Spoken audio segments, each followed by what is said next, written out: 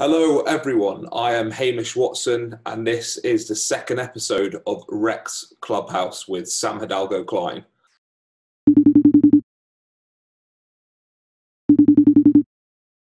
Hey, can you hear me? How are you guys? I'll record straight away, so don't say anything inappropriate. How are you? Haven't seen you in a while, haven't seen you since the autumn. What have you been up to?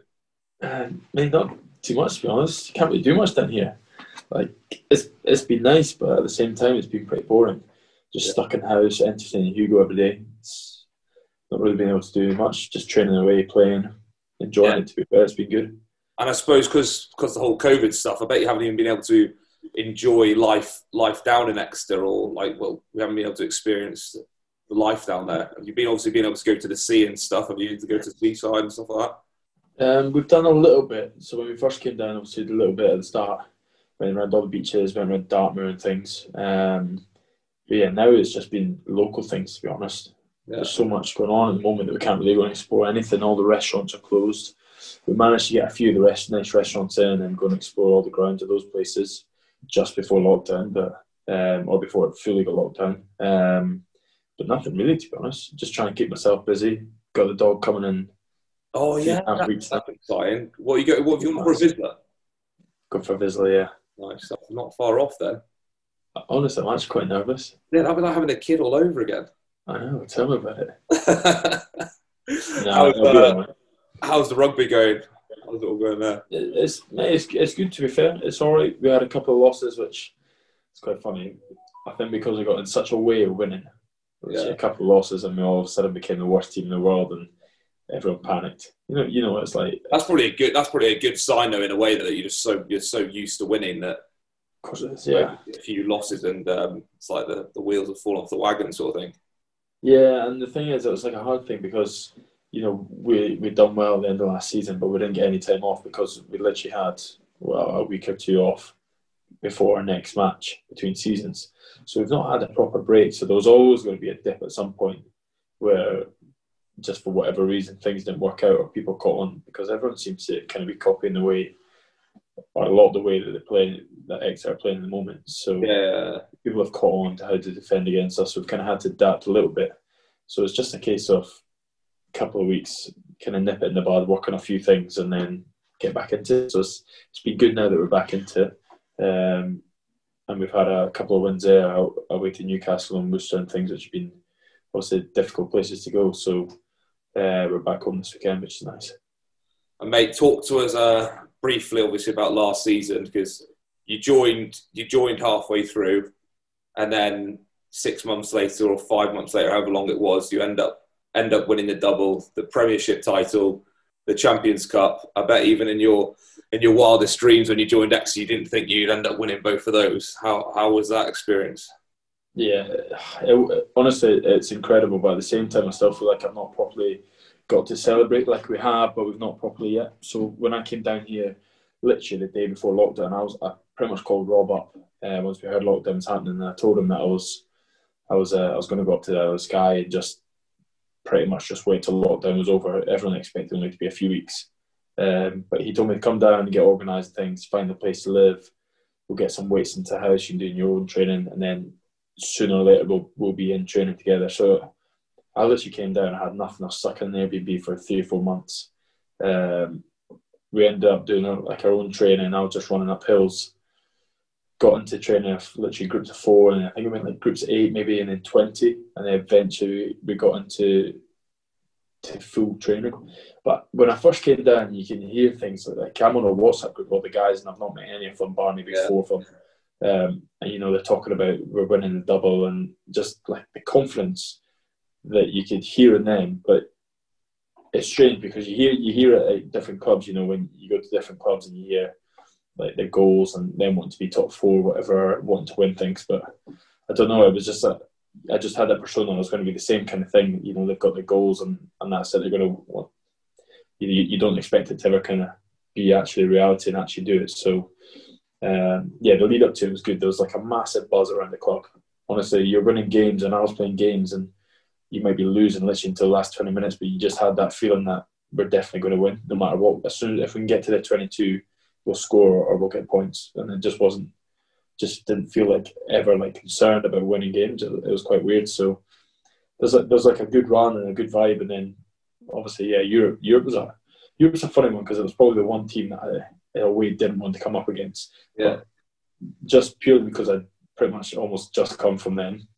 But then at the same time, Exeter boys had all the history against the Saris players.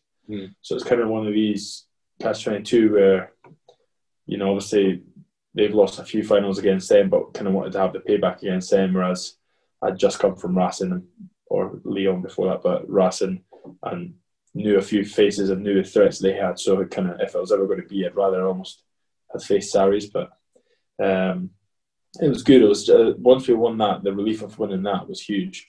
We went back in on Monday and we started playing football and games, and it's actually harder to get up for the Premiership final the week after because the Europe's such a big game.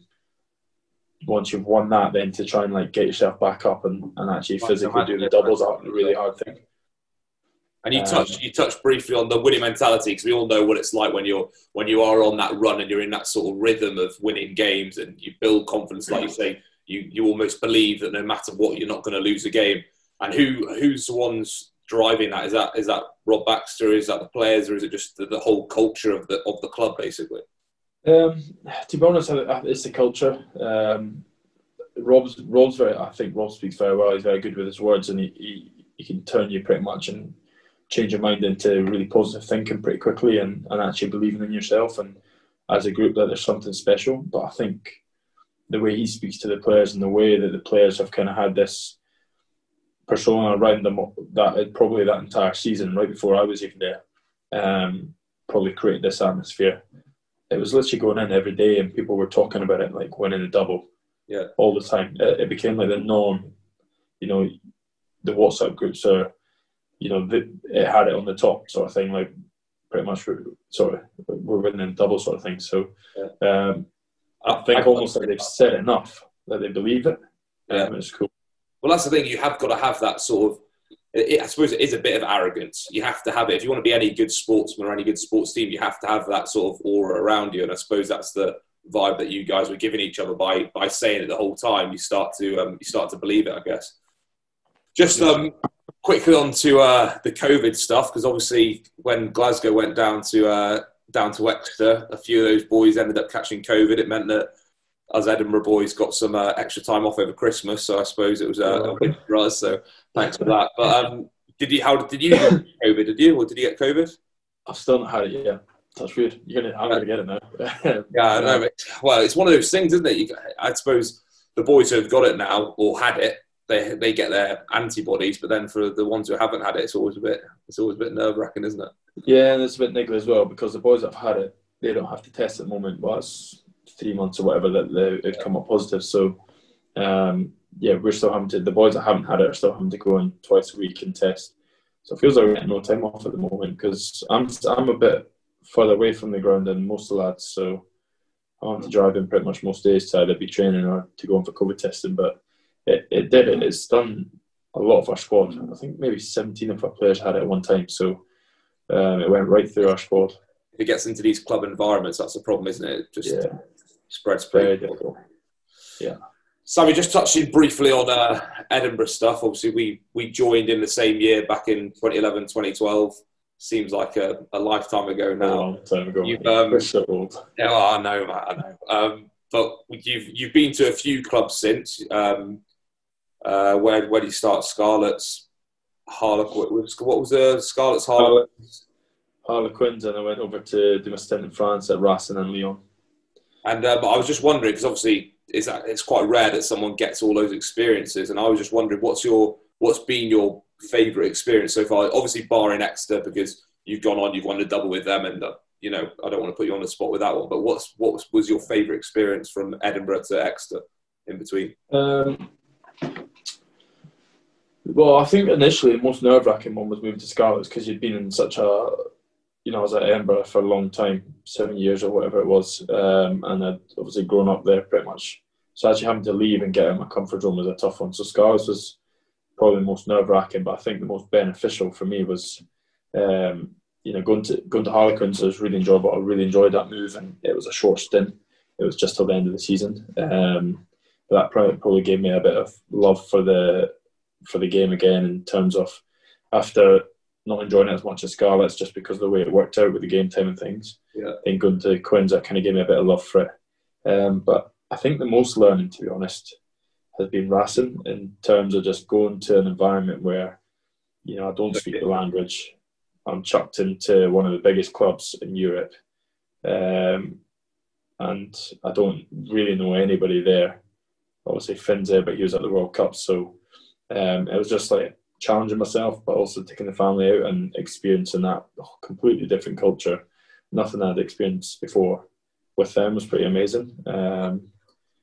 So in a way, I kind of feel like I was pretty gutted that it only was the 4.5 months I was there, but in that time, I learned so much. I enjoyed it. I was really enthusiastic to try and learn the language, to get mixed in with the French lads and make a huge effort on that front. But then obviously the atmosphere, just off the games and everything, that the French culture that I used to love at Edinburgh, when you'd go into the Challenge Cup or the European stuff, and this big away crowd. Just loved it. Literally, you hear so much noise everywhere you go. And especially considering what we were used to at that time with the Edinburgh crowds, are a lot less than that. So yeah, I reckon that was the biggest one for me. And then the hardest one was actually probably Lyon, just because I actually probably played some of my best rugby at Lyon, but I was out there on my own. So taking that last minute where I had to do it to pretty much get my Exeter contract, I had to be playing, so I had to go out to Lyon myself, and I was pretty much just in a flat for 4 months on my own. And a couple of lads out there were great. They looked after me. Yeah. They took me under their wings and with their families and things, which was great. But yeah, that's probably the hardest one. It is tough without the family as well, when you're so used to having them around. Even for us being in the hotel sort of bubble at the moment, it's so tough. So I can imagine for 3 or 4 months that must have been pretty hard on all your family, really. Yeah, it was. And even like things like calling Hugo, and you want to speak to him on FaceTime, you missed him for a few days, and you're literally living off little videos every day. Yeah. And you get the phone up, and he's literally like hits the phone away and just shouts that he doesn't want to talk to me.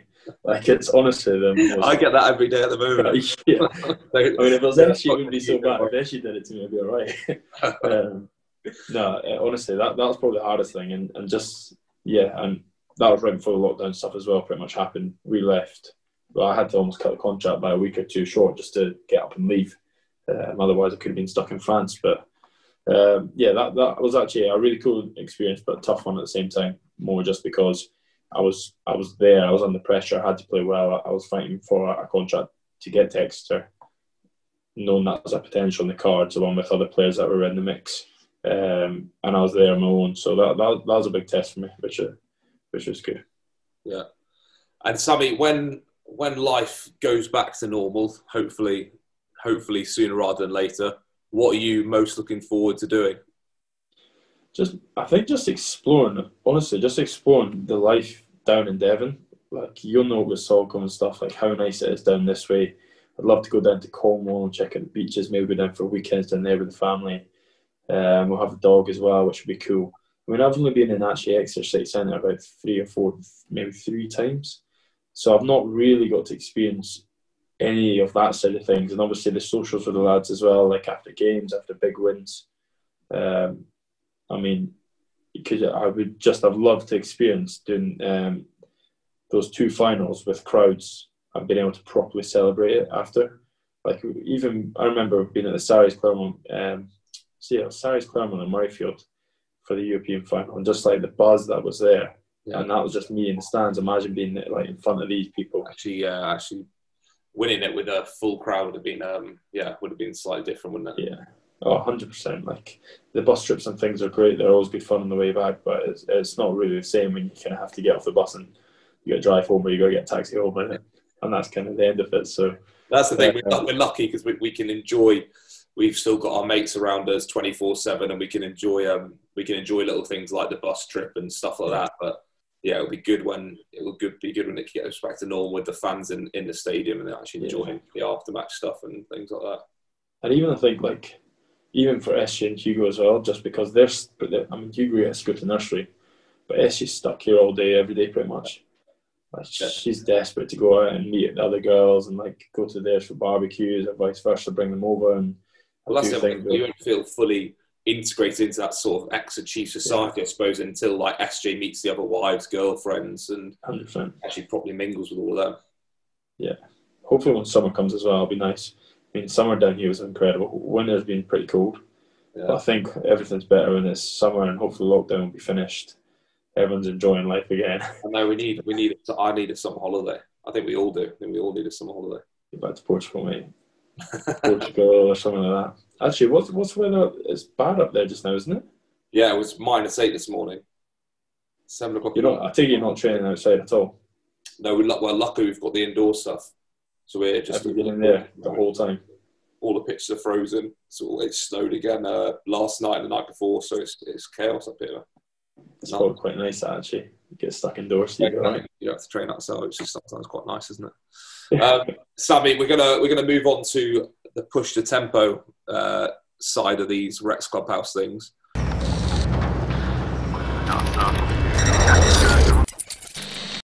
And I know you're not the biggest of gamers, but I did game a bit with you on Fortnite, and you were pretty good. I'm on code now. I'm on code. I've shifted. We need to get a game, but anyway, so these are just the basic questions we're asking everyone during these interviews. So, what was the first console you ever played? I think it must have been a Nintendo. Yeah. Nintendo. It's maybe a PS1. Yeah, I think something really far back. Yeah. Yeah. And what console are you playing on now? Your PS, aren't you? Yeah, PS4. Yeah. Is that what most of the Exeter boys are? Yeah, I think so. Yeah. Nice. And what's the first game do you remember playing on the Nintendo? Must have been Mario Kart, surely. It's my favourite game. You're just winging it, aren't you? Yeah. Okay.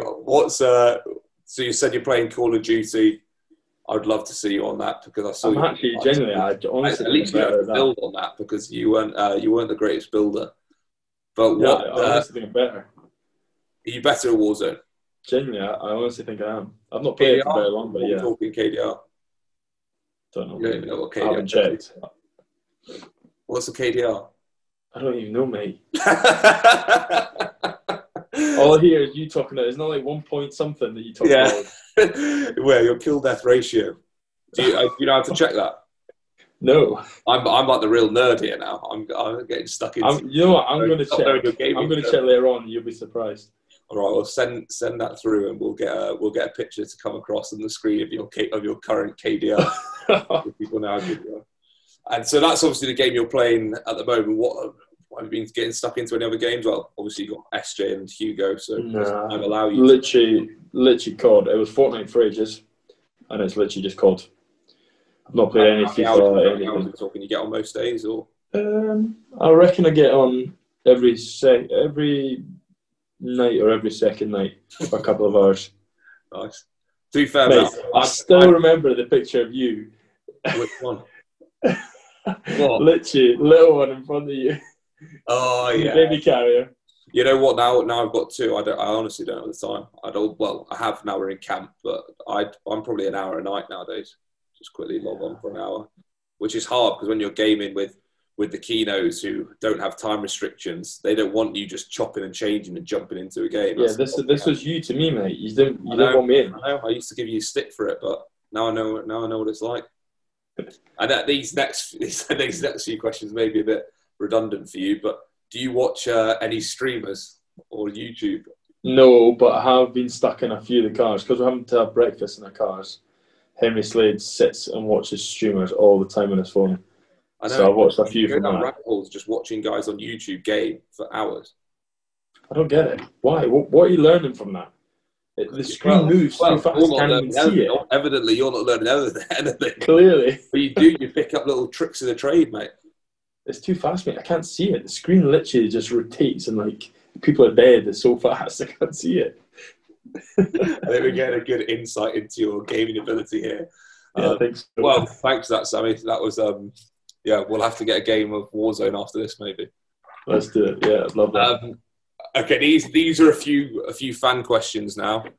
So these were sent in. The first one: what is your plan for life after rugby? The almost dreaded question, unless you find out.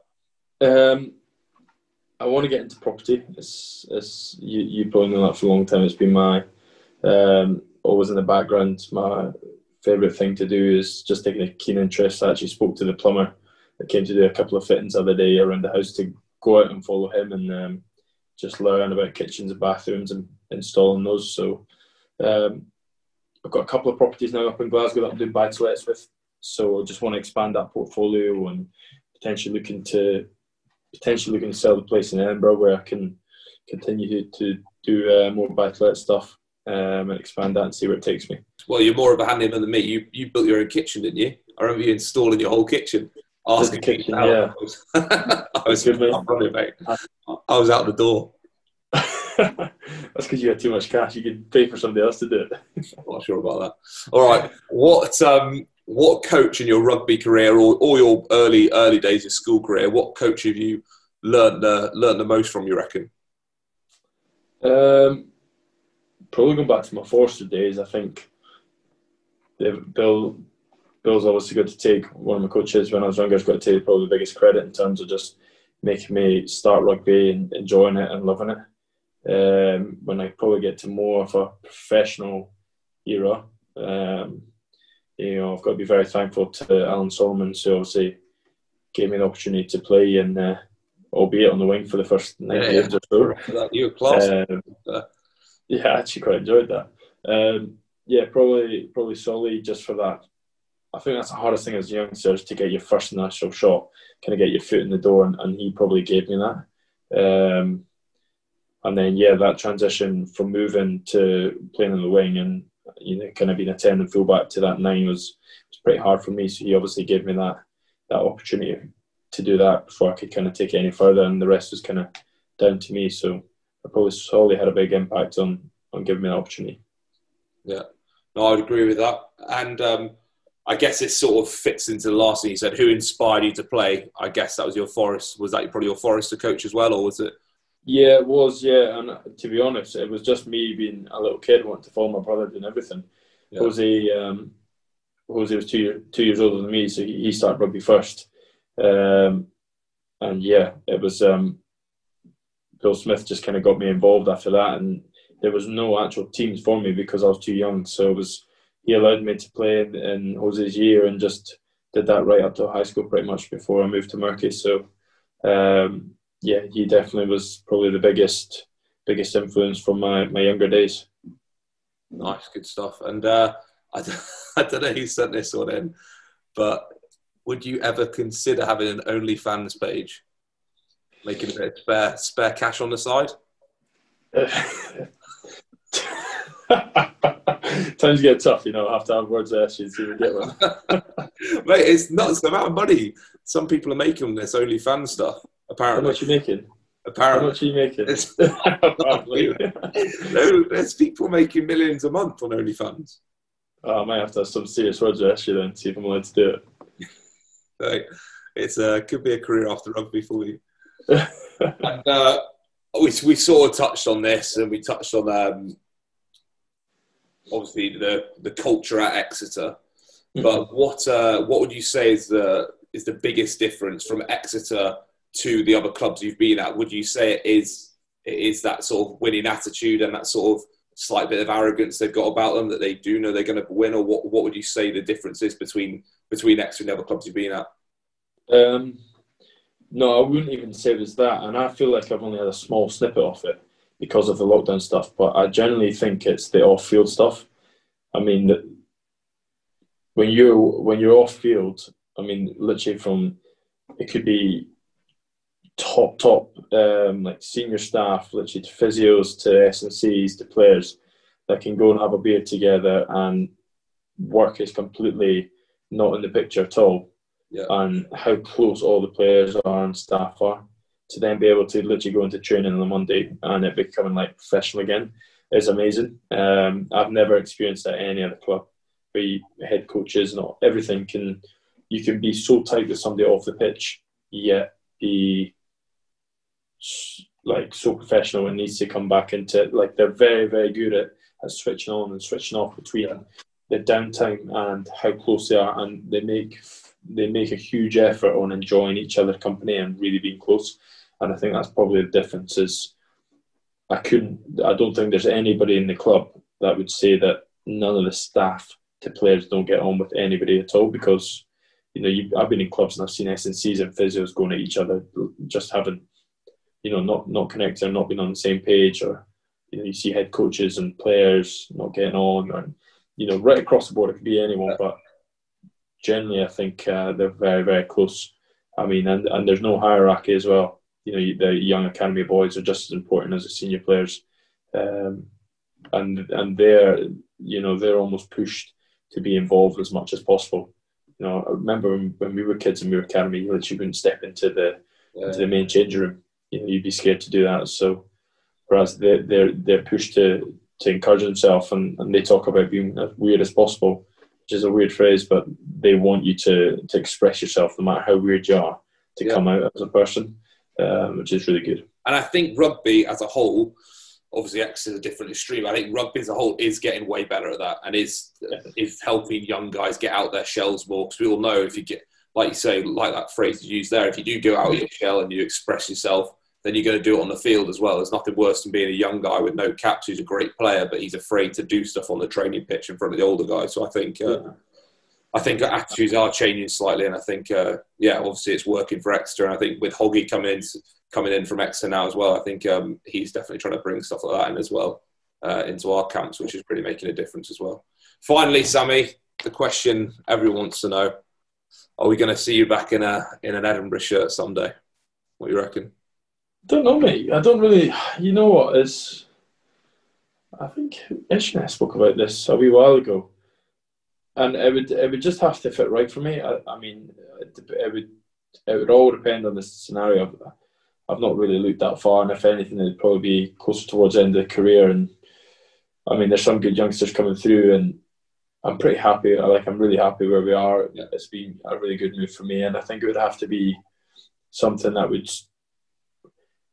I don't really know anymore. I've never really thought about that, but if anything, it'd probably be later on in my career or towards the end, where it was kind of coming home and it was right to do the right thing, and it would be more of a mentoring kind of thing to the younger players coming through. And hopefully I'll still be around to see it, mate. Hopefully I'll be still at Edinburgh. Hopefully I'll be sticking around.